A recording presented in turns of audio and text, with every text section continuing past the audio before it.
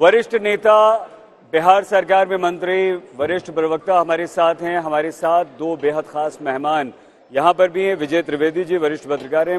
विजय जी के साथ साथ प्रोफेसर संजय कुमार सेफोलॉजिस्ट हमारे साथ हैं।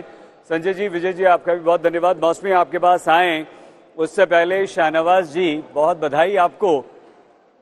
कैसे देखते हैं इस जीत को आप? देखिए, कैलाश पर्वत से लेकर गोवा में समुंदर के किनारे तक, नॉर्थ ईस्ट से लेकर अवध तक सब जगह कमल ही कमल है, मोदी मोदी है।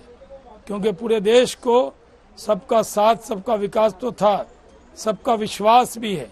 क्योंकि जो दुख में काम आएगा, जो गरीबों के काम आएगा, जो संकट के घड़ी में साथ में खड़ा होगा, जनता उसी के साथ जाती है। ठीक है, सब परंपराएं तोड़ दी।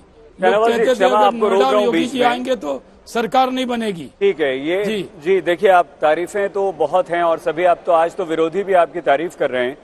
लेकिन ये जो चुनाव था उत्तर प्रदेश का, खास करके ये चुनाव बहुत ज्यादा मुश्किल था और कोई भी राजनीतिक पंडित खुलकर नहीं कह रहा था कि बीजेपी जीत रही है, समाजवादी पार्टी जीत रही है।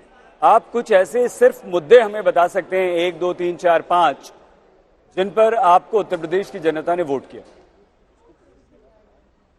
देखिए, कोई कुछ कह रहा था, हमारे विरोधी तो हर चुनाव में जिनको जीरो भी आता है वो भी कहते हैं कि बीजेपी को हरा रहे हैं।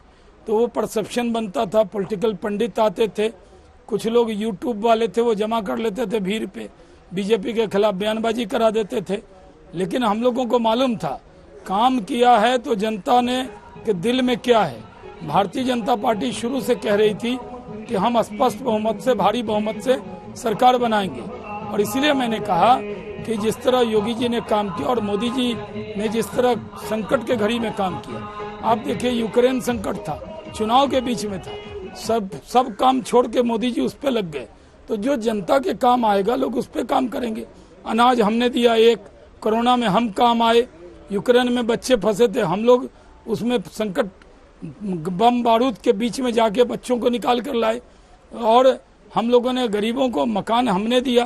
तो लोगों को लगता है कि ये काम करने वाले ठीक है, बिल्कुल ठीक है। हम और चर्चा आपसे जारी रखेंगे। बहुत सारे मेहमान इस वक्त हमारे साथ हैं, लेकिन महेंद्र नाथ पांडे जी केंद्रीय मंत्री हमारे साथ जुड़ चुके हैं। पांडे जी, बहुत धन्यवाद आज तक से बातचीत करने के लिए। आपको जीत की बधाई। प्रश्न वही सुन पा रहे हैं सर आप हमें, या फोन पर कहीं और हैं? आप सुन रहा हूं मैं। महेंद्र जी, बधाई आपको उत्तर प्रदेश के साथ साथ 4 राज्य जीतने की। आप सिर्फ बहुत धन्यवाद अंसारी साहब। आप सिर्फ उत्तर प्रदेश में बताइए कि वो कौन से कारण, कौन से मुद्दे रहे जिनसे आपको ये जीत हासिल हुई, क्योंकि इस बार काफी मुश्किल लग रहा था चुनाव। उत्तर प्रदेश में माननीय मोदी जी की मार्गदर्शन में, उनकी प्रेरणा में योगी आदित्यनाथ जी ने एक कर्मठ मुख्यमंत्री का रिकॉर्ड कायम किया और यहाँ पर कानून व्यवस्था का राज, गरीबों की भलाई और लोगों को बेहतर सेवा, दुख सुख, कोरोना जैसी कठिनाई में जनता के संग खड़े रहना, ईमानदार सरकार जो उत्तर प्रदेश का नारा था। सोच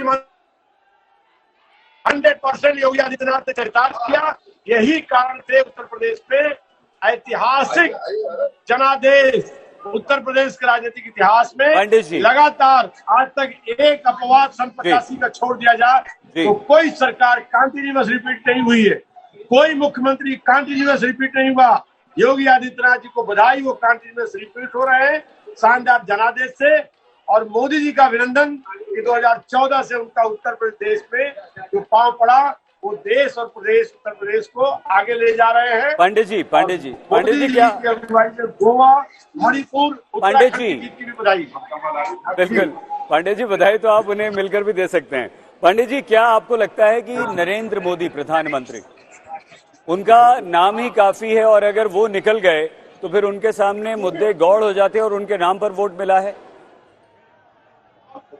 बिल्कुल सही फरमा रहे हैं।